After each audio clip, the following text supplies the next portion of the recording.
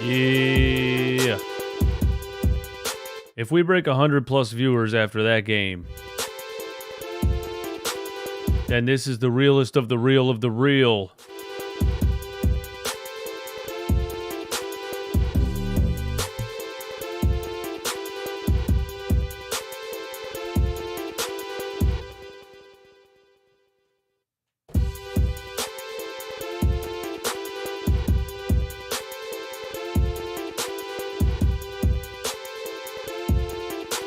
Let me get some likes. Let me get some likes. Let me get some likes.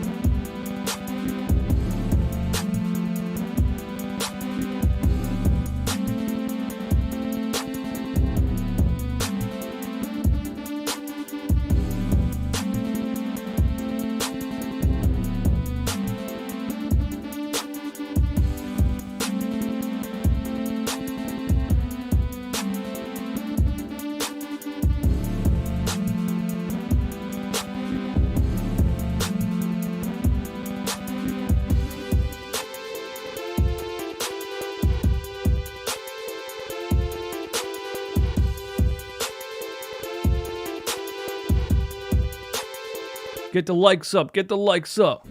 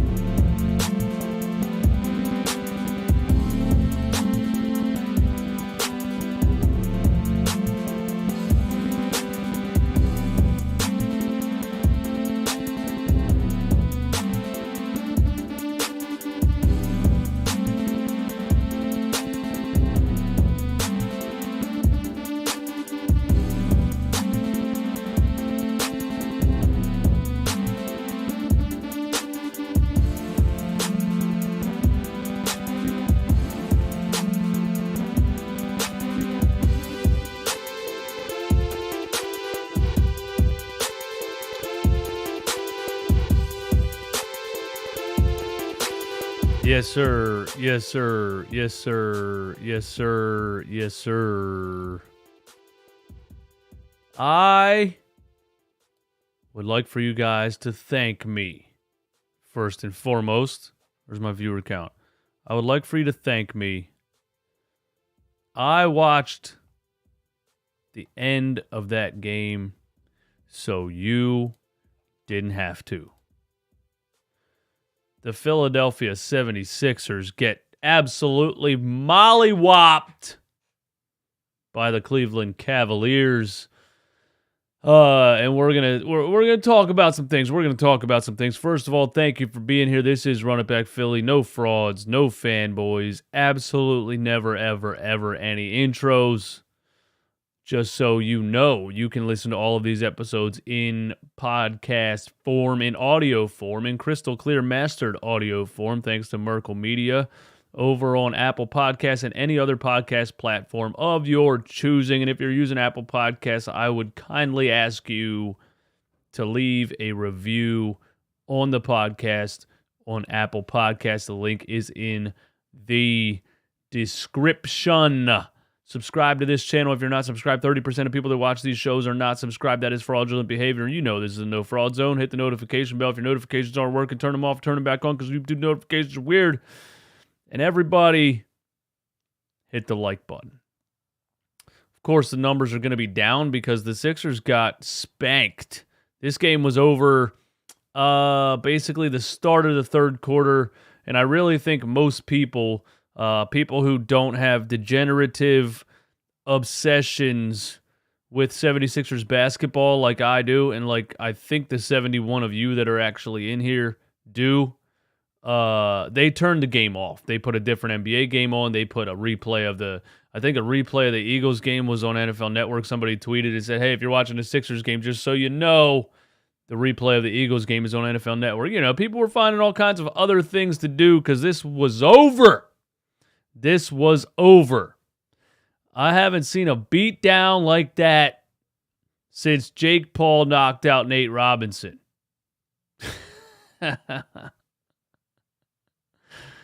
Unfortunately, the Philadelphia 76ers were Nate Robinson in this game, and the Cleveland Cavaliers they weren't even Jake Paul. They were Mike Tyson in his prime in this game. Keep in mind, the Cleveland Cavaliers are missing Jarrett Allen, Kevin Love, and Ricky Rubio. Not that Ricky Rubio actually matters, but they're still missing some players. On top of what they just did to us, they're still missing some players. By the third quarter of this game, I felt like I was watching the 10-72 76ers. I felt like we were back in the process era. I actually said to myself, when Zorzis Niang, when Bang Bang George Niang hit a three, one of very, very few three-pointers that we actually made in this game, I said to myself, hey, we cut it to 25. And I felt like I was put back in 2015, in 2014, when I was watching Sixers games. And I said that to myself a lot watching those games. All right, we cut it to 20.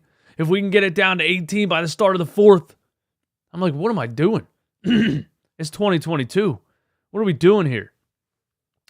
The Sixers are better without James Harden crowd are awfully, awfully silent tonight. Not that James would have made a massive difference in this game unless you had players that could really guard the three-point line about 40 feet away who happen to be 7'5" and can block three-point attempts that the Cavs were chucking up behind their back, over their head, over their shoulders. I mean, I think by the end of the third quarter, they weren't even looking anymore. They had their eyes closed and the ball was just going in.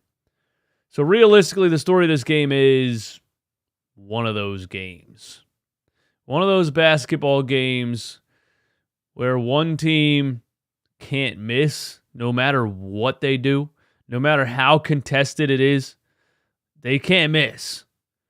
And the other team can't hit a barn with a fucking golf ball. Can't hit the ocean with a beach ball. You know? Can't hit a lick with a prostitute, man. We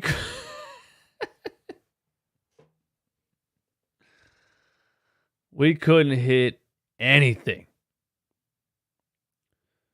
We couldn't hit anything if we were on spring break. That's how bad we were in this game. I'm telling jokes to try to cheer up the 90 people that put themselves through the pain of watching this and tuning into this show. Thank you for being here. I really, really appreciate y'all that are here. Yeah, I don't think James would have made a big difference, but watching the game the way that it started, you know, I said to myself, we're back. We're back. And yeah, the Cavs went on to shoot record numbers and do things that they would have beat any team in the NBA tonight easily. It just the shooting percentages were astronomical, and nobody was keeping up with that. But the way we started this game, I was not a fan of. I was not a fan of the way we started this game. We had no system, no plan, hardly any action going on. I didn't see really any Shake Milton pick and rolls with Joel Embiid in the entire first quarter, probably the first half, probably the entire game. And, you know, Shake has been balling. Shake has been dropping 20-plus points, 6, 7, 8, 9 assists. He's been the pick and roll maestro of this unit without James Harden and Tyrese Maxey. So I thought we really started the game, and it looked like nobody was calling a play. Nobody was really doing much of anything. We were just passing the ball around, running Embiid ISOs, and waiting for double teams and waiting to kick it out of the double teams. Now, I don't want to jump to a crazy conclusion in this game or overreact or anything, but I did say just last night with my friends RB and Sean Bernard, I said that this high that we're on right now, this fun little run that we're on with the bench players beating NBA teams, don't you worry. We're going to come back down to earth. You're going to see the same old, and we start this game out with really not a whole lot of action from the perimeter and a whole lot of feeding Embiid into double teams. I started to say, wait a minute, this is starting to look like, what did Eastwood say last night? What it looked like the first 5 games of the season. That's what it looked like in this first quarter. I'm not overreacting to this game as a whole, but the way that we started this game, we looked like what we looked like the first 5 games of this season. You're also playing the Cleveland Cavaliers, who are a very good team right now. A good defensive team. And in that first quarter, I guess the first quarter is really the only thing I can actually break down about this game because then it was over. You know what I'm saying? But the first quarter, the Cavs were showing you things defensively that the Orlando Magic aren't going to show you. That the Brooklyn Nets aren't going to show you. That the Atlanta Hawks aren't going to show you.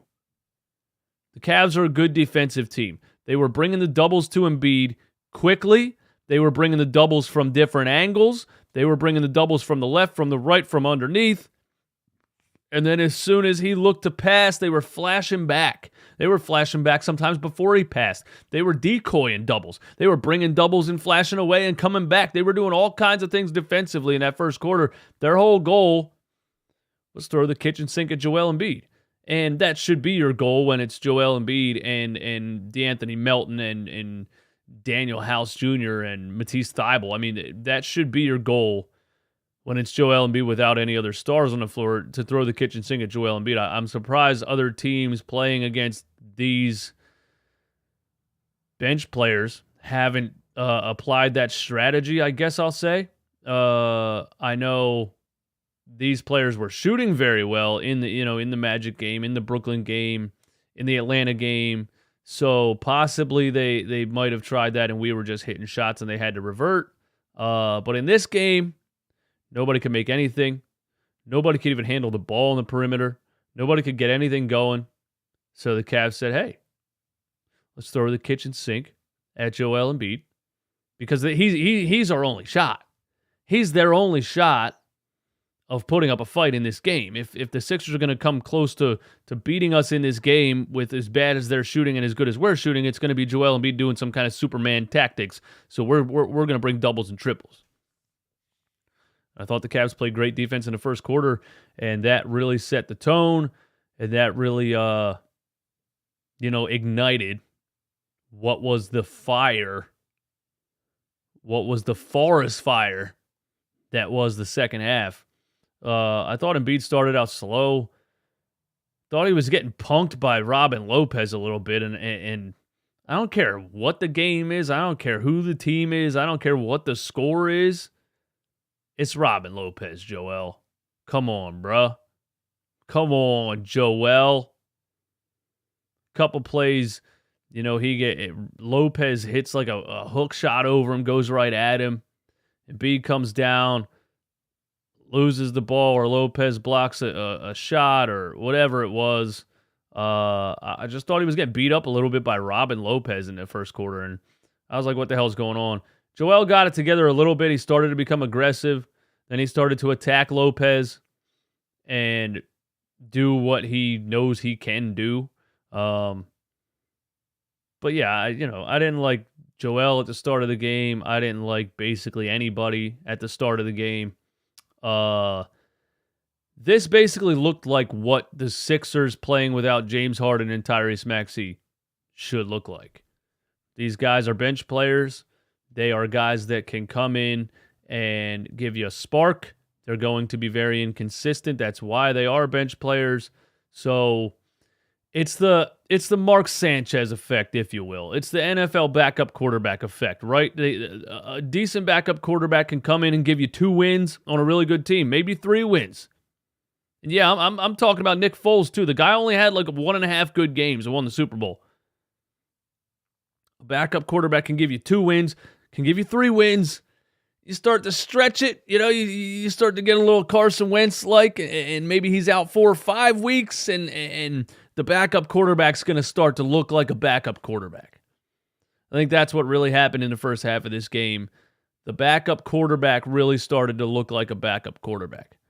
The Sixers bench players who have been playing out of their mind for a couple of games really started to look like NBA bench players, and that's what happened. Tobias, all-star versus scrub teams, Harris. If anybody's going to get actually slandered in this game, it's going to be Tobias Harris.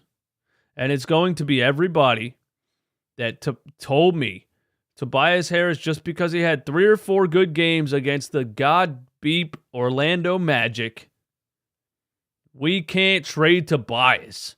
Now we have to keep Tobias Harris. Tobias is balling out. Tobias is a weapon. Tobias should come off the bench and lead the bench unit. Tobias this, Tobias that. Did you guys forget how soft this guy is? You let this team playing against bad bottom feeder Orlando Magic type of teams, whose whole squad is injured, by the way. You let that blind you. And you think because Tobias can drop 24 against Bol and a rookie, and I don't know, name another player on the Orlando Magic, Terrence Ross. You think because he can drop 20 plus against a team like that all of a sudden he's back. All of a sudden Tobias this, Tobias that, we can't trade him, we need him. You should have traded him yesterday. I'm dead serious. I put out that clip because I was being dead serious. His trade value was never that high. You just played 3 bums in a row. Tobias had 24 points a game, 10 rebounds, and 5 assists. You should have traded him yesterday.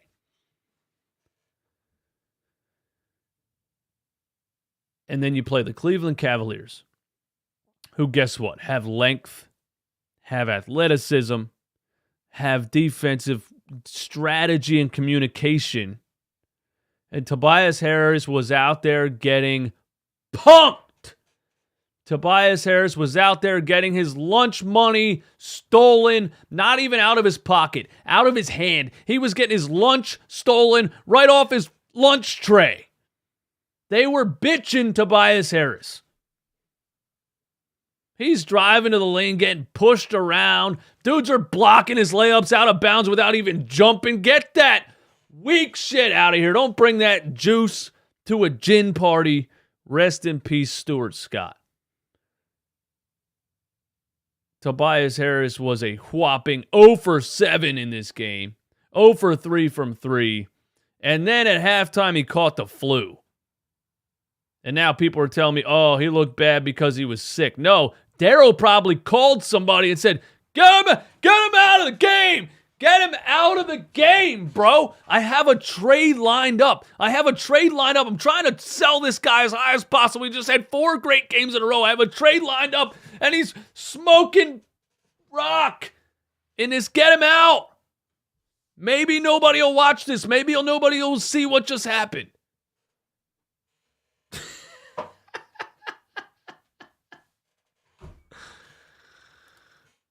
Oh, dude, why did I just get so mad about this game?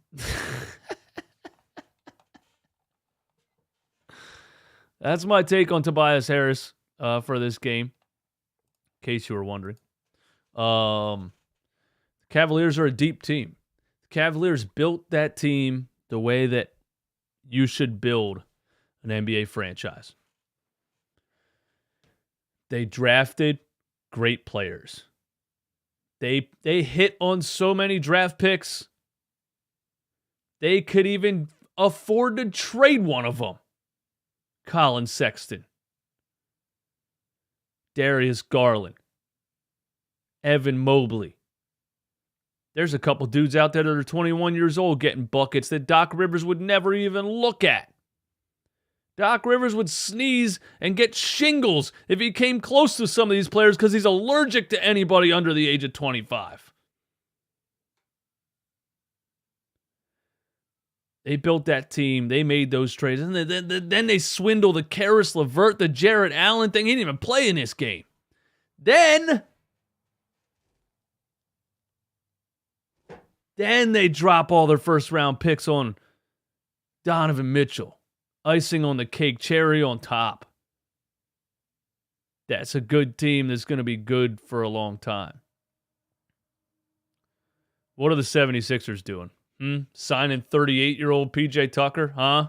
Signing Daniel House, who you haven't heard of since James Harden was in Houston? Signing Montrezl Harrell, who can't even get on the floor in a Doc Rivers run organization? My God. Sell the team.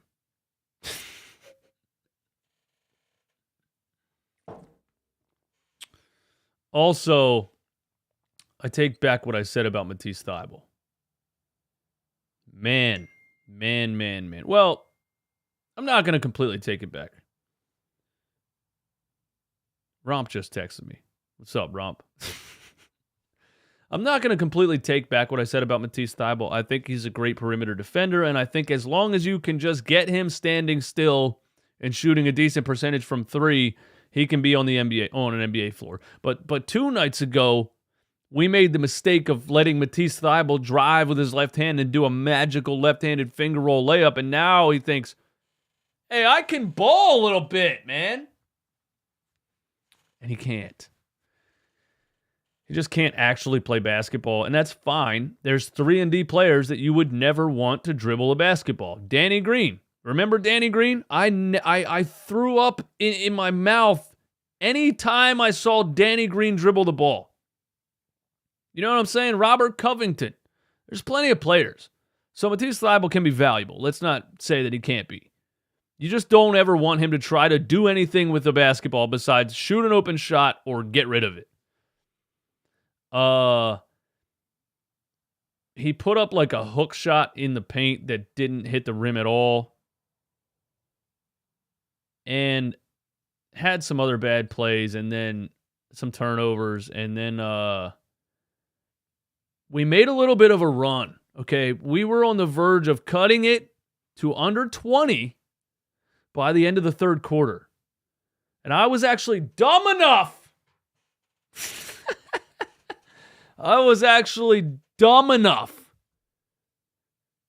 To tell myself in my dumb head, hey, if we cut this under 20 going into the fourth, I've seen crazier things happen.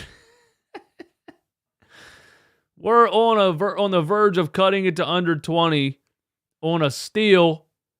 The ball gets kicked up to Matisse Thybulle. Fast break layup. This guy is 6'7", can legitimately do a 360 through the legs dunk, and has to try not to hit his head on the rim. But when he gets on a court, I don't know what it is, bro. He can't do it. He gets a wide open layup and shanks it. My God, dunk the ball, bro. What are you doing? Dunk the damn basketball. Fucking dunk it. Take 2 hands and put it inside the rim.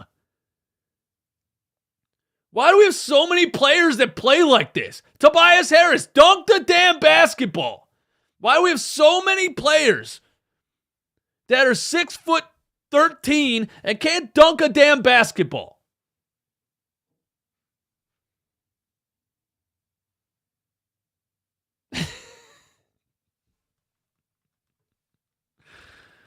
All right, let's go through my notes, and then I'll read some of your comments, and then I'm going to get out of here because 26 minutes was already way too many minutes to waste on this game.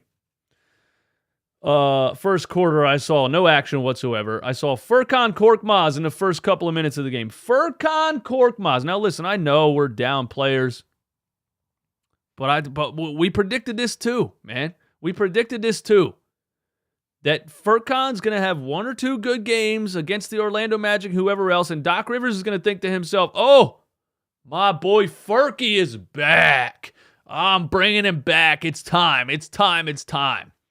So Furkan Korkmaz is the first player off the bench. Are you kidding me? I don't care if you're down to the G League team. I don't care if you're down to the high school team down the street. Furkan Korkmaz is not coming off my bench first.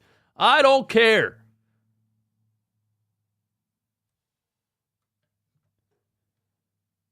He was bad in the game. Bad. Furkan and George Niang were on the floor together in the second quarter. That is, you might as well not cross half court. You know what I'm saying? You might as well not cross half. You got Furkan, come on, bro. I'm a big Bang Bang Niang fan. I love his effort. But you can't put Korkmaz out there with him on the floor. You're asking for wide open layup after wide open layup if you're doing that. You're asking for it. What else? Joel Embiid got mad at a female referee, and I said, hey, you better cut that back a little bit, bro. We are in 2022. We are in the height of cancel culture. You know, if Twitter and some other news outlets get a hold of this video of you yelling at a female referee, the whole team's going to get canceled. They're going to delete our franchise from the NBA, man, the same way they delete certain episodes of The Office off of Netflix. So take it easy, Joe.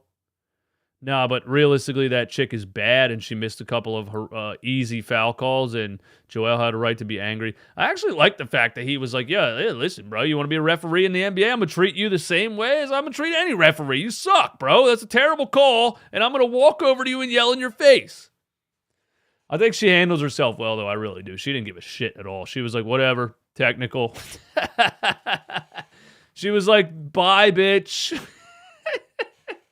See ya. Technical, bye. She looked at him and said, stop. The Cavaliers shot 66% from three in the first half, and the 76ers shot 24% from three in the first half. At the end of the first half, this is a tweet thanks to Sean Bernard and Pick Swap Media. The Cavaliers scored 44 points in the second quarter. The Cavaliers shot 16 for 17 in the second quarter. The Sixers shot 3 for 14 on threes in the first half. The Cavs shot 8 for 13, so 66%, 21%. The Cavs were 73% on field goals in general in the first half. And PJ Tucker actually had 6 points. So I think the formula here is that we need PJ Tucker to continue to have goose eggs, because when he decides to actually score, nobody else can score. So don't score any more points, PJ. Just play defense, run around, dive on the floor a couple times. Don't score, man. Don't score. It doesn't work out for us. Doesn't work out for us. The third quarter comes around and you think to yourself, they can't possibly keep up this.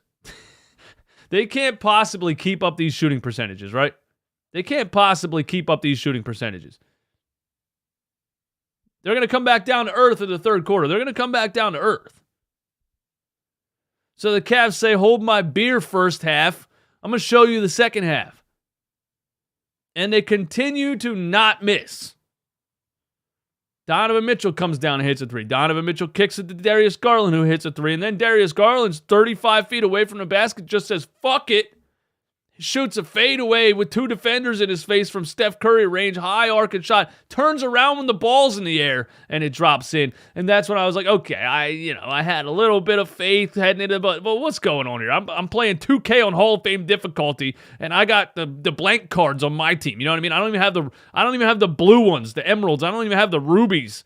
I got all this the gray cards against a 5 diamonds or whatever they are these days. You know what I'm saying? It looked like a video game. It was stupid. It was stupid. That's probably the best way to sum up this game. It was stupid. And then Embiid, Garland drove down the lane and Embiid didn't even try to block his shot. And that's when I was like, all right, I'm if I didn't have a podcast and a couple thousand people aren't going to be entertained by me being annoyed at this game, I wouldn't have watched it. If I didn't have this podcast, there's 0% chance I would have watched the rest of this game. Zero. Not 1%. Zero. There was no reason for anybody to watch the rest of this game. Zero. But I'm here for y'all, man. So hit the like button, actually. There's only 52 likes on this stream, man. There's 172 people in here. Hit the like button for me even being here, bro. For me even watching this garbage and coming up here, hit the like button. The fourth quarter, I decided, okay, I'm actually going to watch this. I'm going to watch the rest of this. And I saw Montrezl Harrell like do a hook shot that got blocked back into his face, and he tried to sell it as a pass.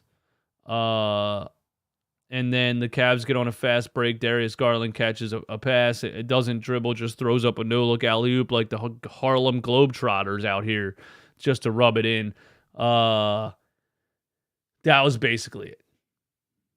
That was basically it.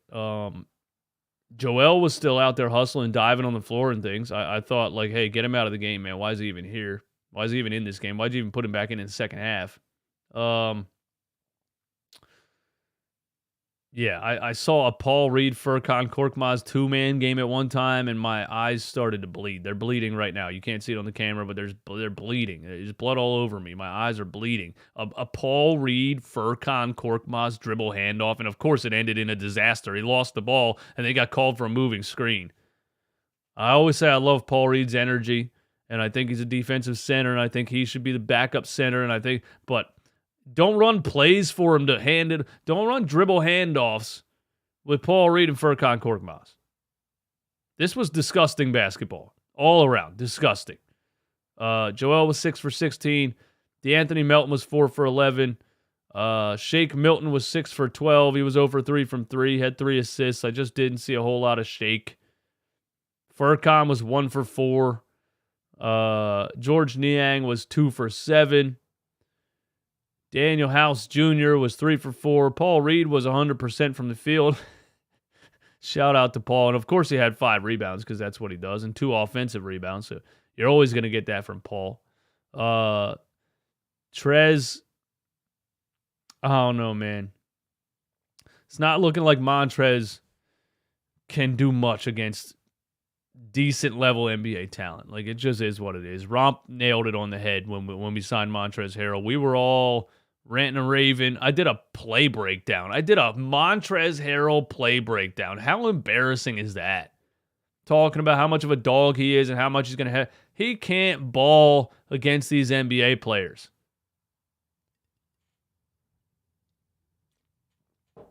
Saban Lee got in the game. I thought I was going to see Jaden Springer, but I guess he's still injured. Bing Bong, thanks for the super chat, man. We all should agree on and place our bets together. Place what bets together? What are we talking about? What bets are we talking about, man? I don't know what you mean, man. I ain't betting nothing on this team. Yeah, let's look at the Cavs numbers real quick, man. Let's see. Diakate. Okay, this is the guy I was talking about. All right, Diakate. He is 25 years old. Mamadi Diakate. And 404 error, bad gateway. Okay, cool, NBA.com. That's amazing. Thank you for helping me out here. Mamadi Diakate, 6 points. Evan Mobley gave us 16 and 8 rebounds, 3 assists, and a block shot. Donovan Mitchell had 18 in 25 minutes. He was just running around chucking up threes. He was 5 for 7 from 3 for 71%. I'm willing to bet he's never done that in his career. Another Sixers opponent dropping a career high. What's new? Darius Garland was 3 for 4 from 3 for 75%. Karis LeVert was 3 for 4 from 3 for 75%. Mamadi Diakate was 2 for 4 from 3 for 50%. Are you kidding me? What's his career three-point percentage? Diakate averages 3 points per game. His 3-point percentage on the season, well, I can't see it here because NBA.com sucks, but stats, there we go. Diakate stats by year, scoring splits. What are we looking at? Oh, we got an ad. We got ads on NBA.com. I pay for League Pass. Get the ads out of my face. Diakate, he's actually shooting 44% from 3 on the season, but he only attempts 1 per game. So actually, he's not a bad 3-point shooter at all. Let's look at Donovan Mitchell's 3-point percentages. Donovan Mitchell shot 71.4% from 3. Donovan Mitchell averages, he's shooting 42.2 this season. Donovan Mitchell shooting 42.2% from 3 so far this season. Averaging 28.4 points per game. Wow. 28.4 on 49% from the field.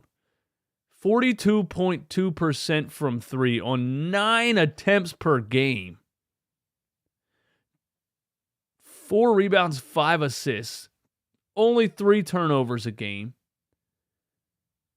Do you guys understand how damn good Donovan Mitchell is right now? Do you understand how good Donovan Mitchell is right now? And when I said over the summer, hey, I love Tyrese Maxey, but if you somehow swing a Donovan Mitchell trade and you put him on this team, he is what you hope Tyrese Maxey can be in the next 3 or 4 years. You would just be fast forwarding. And I'm sorry, Donovan Mitchell, James Harden, Joel Embiid, all healthy, and Donovan being 26 years old and entering his prime. That's a championship big 3 right there. That's all I was saying. And you guys were coming at me like I'm some kind of idiot, and you were telling me that Donovan Mitchell's a scrub.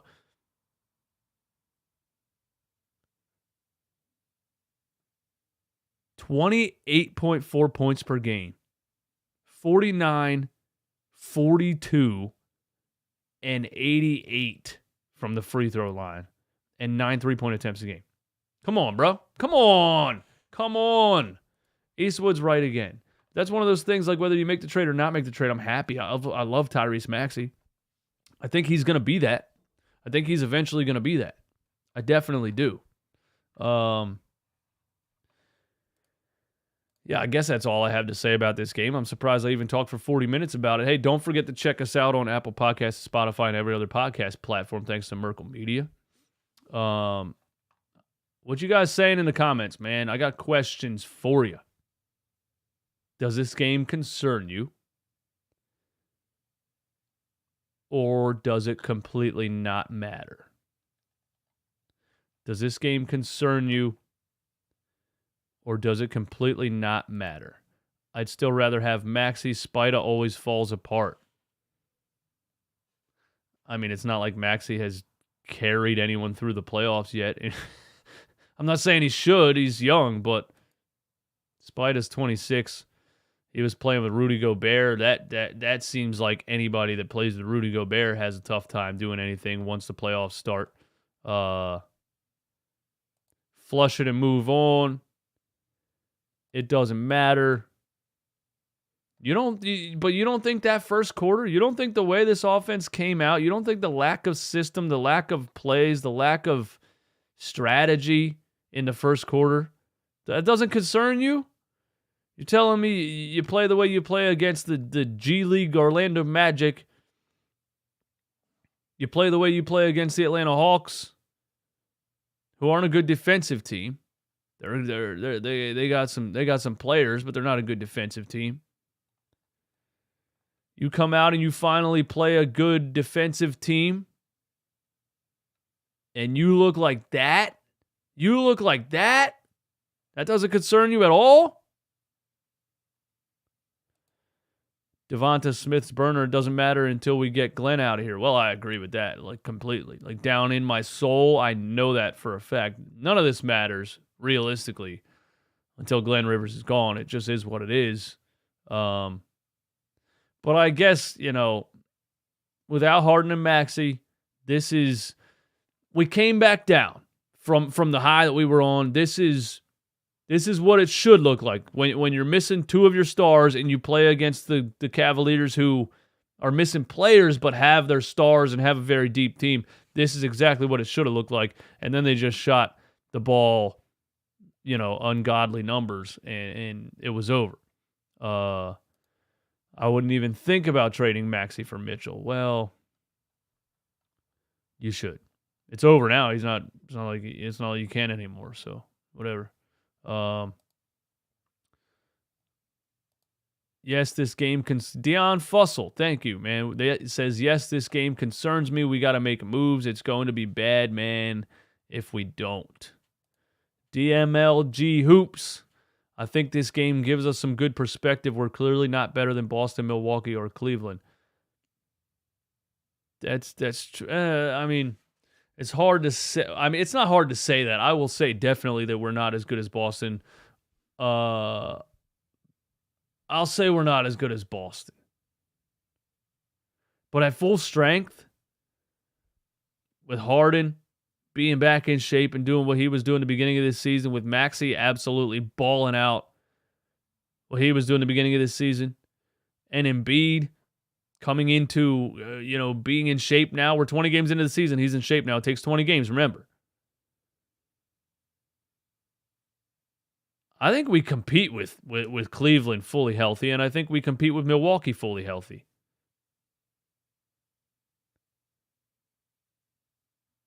We beat Milwaukee, and Maxey went out at halftime. Maxey went out in the first half with that foot injury. We beat Milwaukee. Boston's really good right now. But I think at full strength, I wouldn't bet on us beating those teams in a 7-game playoff series. Right now, if you're asking me that. But without Harden and Maxey, at the end of the day, you're starting DeAnthony Melton and Shake Milton. You don't have a shot against a team like this. They played 7 games in 9 days. All right, fair enough. They are gassed. Okay, they are gassed, and we don't have any depth right now because we're playing, our entire bench unit on the floor. You're really down bad when Furkan Korkmaz is coming in the first quarter of 2022. Superhero, what's up, man? We have some of the worst forwards in the league, and it's embarrassing to watch year after year.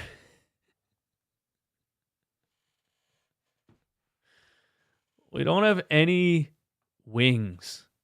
None. There's no wings, man. In a league that seems to be rich of wings, man. In a league that seems to be wings grow on trees. In a league that every team seems to have 2 or 3 6'8" guys that can drive baseline and dunk on somebody, that can just make a play here or there. We get Matisse Thybulle, who's an NFL defensive back. He can't make a play with the ball in his hands. He made a 3 in this game, and again, that's all I want him to do. If you could shoot a decent percentage from 3, keep doing that. But for the love of the basketball gods and my eyes, do not dribble the ball. I'd rather you stand there and take a shot clock violation than dribble the ball. Yeah, fire Glenn, of course. It's always fire Glenn. It is Doc's fault. Everything is Doc's fault. At least get rid of Doc and trade Tobias. Well, listen, man. The conspiracy could be that Tobias Harris was pulled at halftime, and then they put out that he was sick because Daryl was trying so hard to trade him at his highest, and he's got something in the works right now. Shams was this close, bro. Shams was right here about to type it. He was about to hit send on trade talks are heating up with Tobias Harris and multiple teams around the league, and Tobias goes out there and goes 0 for 7 and looks like a scrub. And Daryl pulled him at halftime and said, say something. Tell him he's sick. Tell him he has the flu. We're not putting him back in. If my conspiracy theory is right, Tobias Harris is getting traded tomorrow. If Tobias gets traded tomorrow, you know where you heard it first.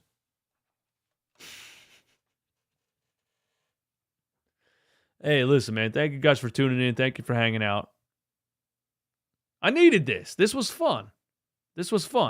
A game like this, I can't even believe I watched it.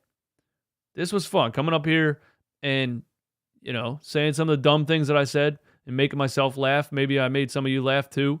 I had a good time doing it. So thanks for tuning in. Yeah, this game was horrendous. The Cavs shot 1,000% from the floor. We shot 0% from the floor. It is what it is. It happens. There's nothing you can do about it. Yeah. I'll catch you guys on the next one, man. Hit the like button, man. Did I hit 100 likes? Only got 79 likes. I got to hit 100, man. I need 100 likes before the stream's over. I need 100 likes. I'll post some clips tomorrow. I might do a little play breakdown of all of the ridiculous shots that the Cavs made. Some of the ones that we missed that were just really, really bad misses. I think that'll be a fun play breakdown for me to do tomorrow morning. So I might do that. So be on the lookout, man.